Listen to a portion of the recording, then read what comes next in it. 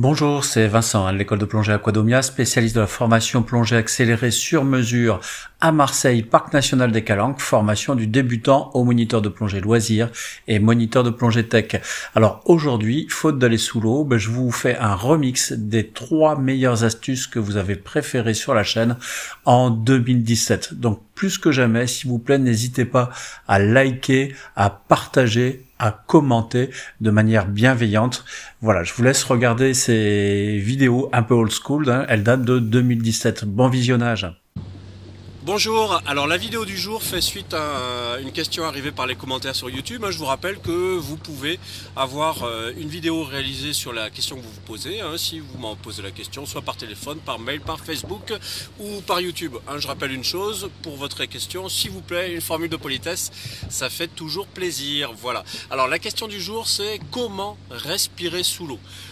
Est-ce qu'il faut faire des micro-apnées? Est-ce qu'il faut inspirer un tout petit peu, inspirer beaucoup, etc. Donc ça, c'est des questions qui reviennent assez souvent. Comment respirer sous l'eau? Alors je dirais le mieux, c'est de ne pas y réfléchir, parce que généralement, quand on y réfléchit, c'est là que peuvent être induits des problèmes, notamment si on essaie d'économiser l'air, on peut avoir des céphalées, ou plus clairement des maux de tête, du fait d'une mauvaise élimination du CO2. Attention aussi à ne pas avoir une amplitude respiratoire trop forte, puisque là ça ne facilite pas l'équilibrage. Et puis aussi, c'est un risque près de la surface d'amplifier le risque de surpression pulmonaire, bien sûr. Donc essayez de respirer sous l'eau le plus naturellement possible. Maintenant, je vais essayer de décomposer la technique, et je dirais que la meilleure façon de respirer, c'est respirer comme vous êtes, mais surtout respirer à volume minimum confortable. Attention, volume minimum confortable, ça ne veut pas dire poumon vide. Je n'ai pas dit ça, j'ai dit volume minimum confortable. Pourquoi volume minimum? Parce que moins on a un volume important de gaz en soi, d'air en soi, moins on est sujet aux variations de flottabilité. Je vous rappelle la loi de Mariotte, pression fois volume égale constante. Plus j'ai de volume, plus celui-ci varie avec la pression. Donc si je respire à volume mini confortable, eh bien je suis moins soumis aux variations de flottabilité. Donc bien sûr, ça c'est à coupler avec le lestage minimum confortable. Donc maintenant, j'essaie d'analyser un petit peu ma façon de respirer. C'est vrai qu'on est souvent épaté par les moniteurs de plongée qui consomment peu. En fait, il y a plusieurs facteurs. C'est d'une part, ils sont au lestage minimum. Donc ils n'ont pas à compenser énormément ce phénomène de surlestage. Ensuite, ils ont une technique qui permet d'éviter les gestes inutiles, comme par exemple un palmage pour se maintenir.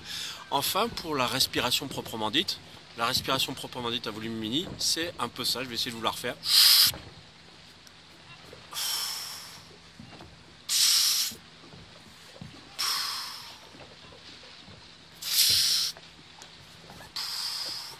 Voilà, c'est à peu près ça.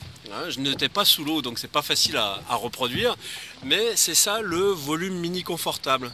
C'est-à-dire que je n'ai pas les poumons pleins, je n'ai pas les poumons vides, et je respire par petites tranches, juste le nécessaire pour me sentir confortable. Encore une fois, le facteur le plus important, c'est avoir le bon lestage, la bonne technique de descente. Je vois souvent des personnes qui se surlestent parce qu'ils ont du mal à descendre. En fait, c'est lié à un manque de technique, si bien qu'ils sont obligés tout de suite, sous l'eau, de gonfler le gilet, etc.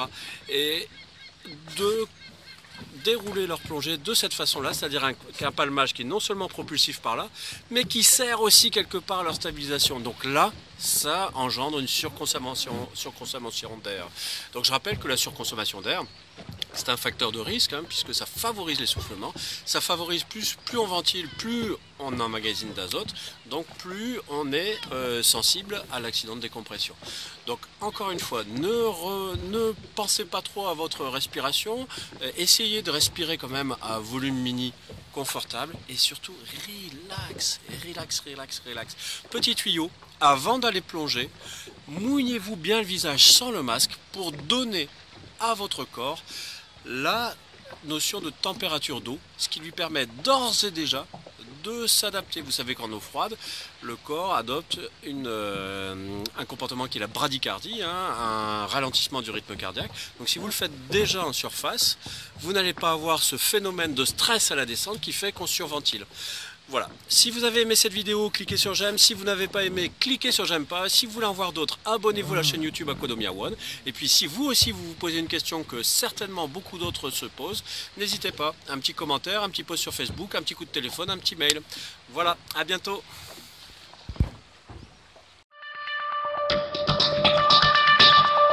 Bonjour, alors la vidéo du jour va concerner l'utilisation du parachute de palier. Ça c'est une vidéo qui est faite suite à une question, un commentaire sur YouTube de Gamart1 qui me demande quelles sont les astuces pour utiliser un parachute de palier.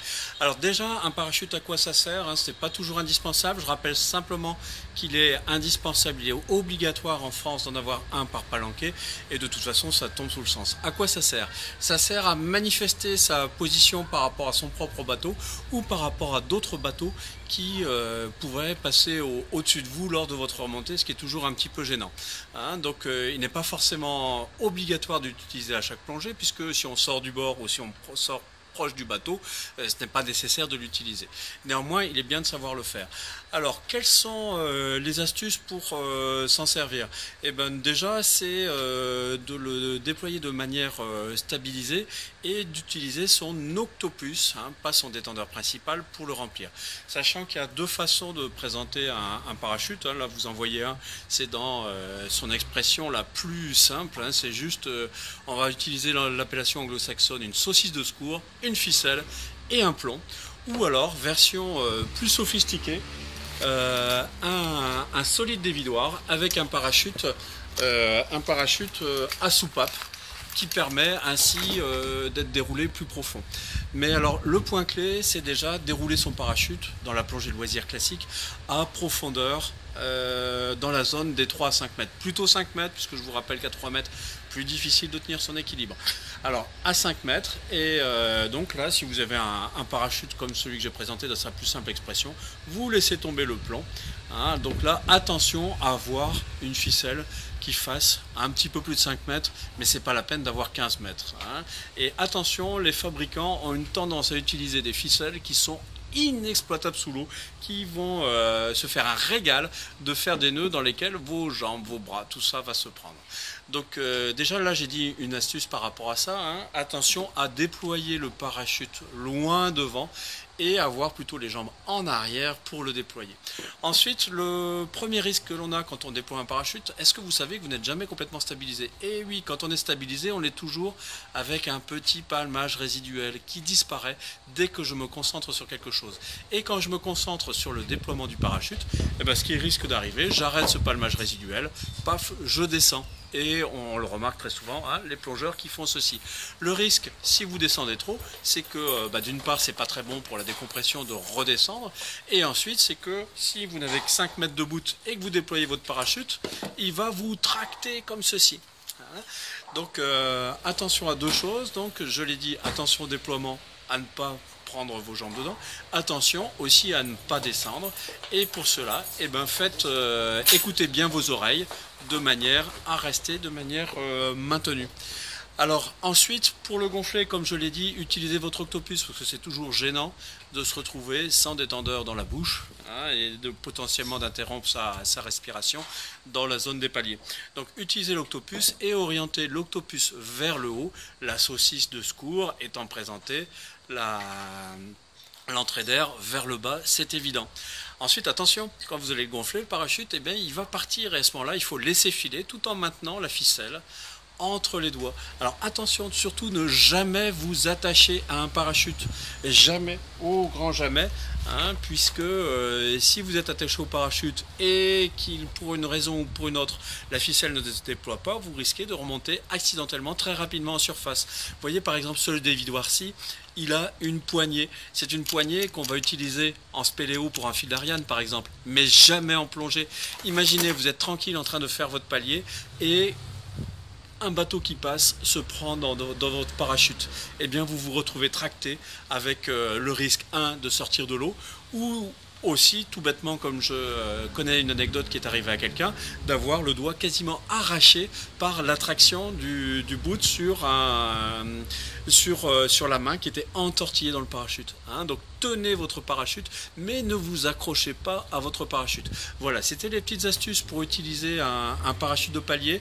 Hein. Donc je rappelle, attention à ne pas s'en mêler dedans, attention à bien garder son niveau d'immersion en veillant à être 5 mètres, et le meilleur moyen pour ça, c'est de regarder vers la surface. Vous pouvez bien sûr checker avec votre ordinateur, mais bien mieux est de vérifier avec les sensations, et surtout tenir son parachute, hein, bien le tenir pour qu'il soit bien droit, parce que si vous n'effectuez pas une tension, le parachute va avoir tendance à tomber, mais ne pas s'accrocher au parachute, vous risquez d'avoir les doigts arrachés ou de faire une remontée subite, ce qui n'est jamais conseillé en plongée. Voilà, si vous avez aimé cette vidéo, cliquez sur j'aime. Si vous n'aimez pas, cliquez sur j'aime pas. Vous voulez en voir d'autres, abonnez-vous à la chaîne YouTube Aquadomia One. Et puis si vous voulez voir un autre sujet abordé, n'hésitez pas, hein, comme Gamart One, postez votre commentaire sur cette vidéo. À bientôt.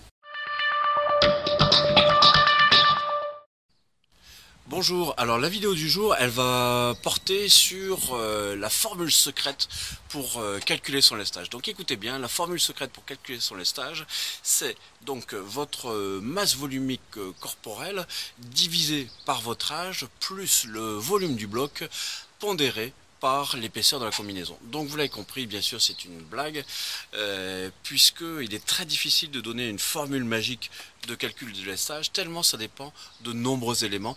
Et le premier, c'est de vous, de votre technique de plongée, de votre technique de ventilation. Donc comment calculer son lestage? Eh bien c'est assez simple, il n'y a que l'expérience qui permet de le faire. L'expérience, hein, très simple à faire. Vous allez à l'eau, vous vérifiez en dégonflant complètement votre combinaison, votre gilet pardon, et sans palmer, en ventilant normalement, vous devez avoir de l'eau à mi-masque, et en soufflant, vous devez commencer à disparaître. Ça c'est le premier test en début de plongée, donc à faire quand vous vous immergez. Le deuxième test, c'est bien simple, c'est en fin de plongée, quand vous avez une bouteille qui est plus légère puisque l'air a été consommé. Et à ce moment-là, il suffit juste de voir si vous arrivez à tenir votre palier, si vous avez besoin d'air dans votre gilet pour rester dans la zone des 3 à 6 mètres, c'est qu'il y a une erreur, c'est que vous portiez trop de lest. Ok, donc ensuite la chose importante, c'est de comprendre que tout influence votre lestage. Dès que vous faites un changement d'équipement, si vous ajoutez des gants, si vous ajoutez un t-shirt en néoprène, ce qu'on appelle la souris, tout ça, ça va jouer sur votre lestage. Ensuite, quel lestage il faut mettre? Il faut mettre le lestage qui vous permet de plonger confortable. Alors souvent l'erreur, c'est d'avoir une technique de descente qui n'est pas forcément parfaite, et donc pour descendre plus facilement, on se leste à mort, et ça permet vraiment de descendre confortablement, hein. C'est super. Par contre, dès 3 à 6 mètres de fond, il faut commencer à gonfler son gilet pour pas couler. Et donc ça, c'est ce qu'on appelle le surlestage, et c'est extrêmement dangereux, hein, puisque ça veut dire que vous êtes obligé au fur et à mesure de la plongée de gonfler le gilet, vous perdez en hydrodynamisme, vous avez des difficultés à vous stabiliser, vous êtes obligé de palmer davantage, et donc c'est un facteur d'accidentologie puisque vous risquez l'essoufflement. Hein, donc la meilleure façon de plonger, c'est avec le meilleur lestage, c'est-à-dire le minimum qui vous est nécessaire. Et pour ça, il s'agit de demander à votre moniteur, hein, de vous donner des cours, des informations là-dessus, sur 2 choses essentielles. C'est comment bien descendre, hein, il n'y a pas de scrupule à demander un approfondissement là-dessus, parce qu'on voit des fois des gens qui sont niveau 2, niveau 3, voire plus, et qui ont encore des difficultés à descendre. Et ensuite, comment bien tenir son palier. Alors quelques petites astuces pour ça. Pour descendre, donc déjà, poumon bien vide. Ensuite, avoir des gestes qui vont dans le sens de la descente. Donc pour ça, il y a plusieurs techniques, hein. Il y a par exemple celle qu'on appelle la coulée expiratoire ou le phoque. Hein, j'inspire bien fort, je sors de l'eau en donnant une bonne impulsion sur les palmes, et là je dégonfle tout, poumon et gilet. Et surtout derrière, je ne fais pas de mouvement de palme qui me remonte vers le haut. Ok, donc on a cette technique là. Autrement, on peut tout simplement bien souffler, et en descendant, se laisser emporter par le poids du bloc et mettre les palmes vers le haut pour descendre. Ça peut être une bonne technique. Personnellement, c'est celle que j'utilise. Donc ça, c'est souvent un des problèmes. Quand on descend, on a tendance à se faire embarquer en arrière quand on utilise un bloc acier, et la tendance, c'est toujours de vouloir se redresser. Et en voulant se redresser, on fait des mouvements de palmes qui vont vers le haut. Et donc la solution pour contrebalancer ça, c'est de mettre plein de plomb. Et c'est la mauvaise solution. Ensuite, pour tenir votre palier. Pour tenir son palier, eh bien, déjà, il ne faut pas hyperventiler, hein, il faut bien respirer au palier, ça c'est évident, mais pas avec les poumons pleins. Hein. Je rappelle qu'une respiration en plongée, ça doit être à volume minimum confortable de vos poumons. Et ensuite, rappelez-vous que sur le dos, on est toujours un peu plus lourd. Pour le constater, il suffit de vous retourner pendant la plongée et vous allez tout de suite voir que vous allez avoir tendance à vous rapprocher du fond. Hein, donc ça, c'est anticipé. C'est pour ça, entre autres, qu'on fait jamais de retournement dans les grottes. Ou alors que quand on se retourne, on pense à gonfler un gilet. Et ensuite, quand on repasse sur le ventre, à le dégonfler pour avoir une flottabilité constante. Alors pourquoi on est plus lourd sur le dos? Tout simplement parce que déjà votre gilet est un petit peu plus bas, un petit peu plus compressé, mais aussi il y a simplement le poids des viscères qui va évacuer l'air que vous avez. Donc naturellement, faites le test, retournez-vous, forcément vous allez descendre. Donc un palier, c'est pas mal de le faire sur le dos, ça présente cet avantage de pouvoir tenir son palier. Ensuite, deuxième avantage, c'est de pouvoir regarder vers le haut, et donc vers le haut c'est la surface, et donc de se rendre compte si elle se rapproche ou pas. Si elle se rapproche, il vous suffit alors de palmer en ayant les palmes orientées vers le haut, bien sûr. Voilà, c'est quelques petits trucs pour vous améliorer sur le lestage. Rappelez-vous aussi que tout nouvel équipement nécessite une vérification du lestage. Je recommande aussi, hein, comme bien sûr toute règle de sécurité, c'est de ne jamais plonger en plongée profonde avec un nouvel équipement, toujours le tester au préalable. Si vous n'avez pas plongé depuis longtemps, eh bien, il y a un facteur stress qui vient influencer un peu, avec une ventilation qui s'emballe un petit peu, et donc plus de difficultés à descendre. Donc tout ça c'est anticipé, hein, et puis donc je rappelle la règle de base, c'est quand je vais à l'eau, eh ben, je fais ce petit test, hein, en dégonflant mon gilet sans palmer, je dois avoir de l'eau à mi-masque, en soufflant je dois commencer à disparaître, mais pas disparaître comme une pierre, hein.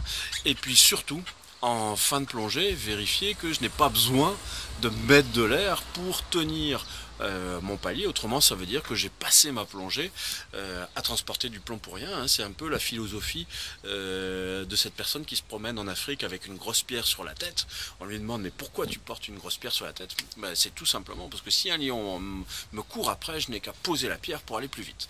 Voilà, si vous avez aimé cette vidéo, cliquez sur j'aime. Si vous n'avez pas aimé, cliquez sur j'aime pas. Vous voulez en voir d'autres, abonnez-vous à la chaîne YouTube Aquadomia One. Et puis si vous voulez voir des sujets abordés, n'hésitez pas à poster un petit mail, un petit coup de téléphone, un petit post sur Facebook. À bientôt. Apprendre à plonger dans le parc national des Calanques. Devenir moniteur de plongée. Changer de vie, devenir pro de la plongée loisir. Se former sur les épaves de la Méditerranée. Découvrir la biologie sous-marine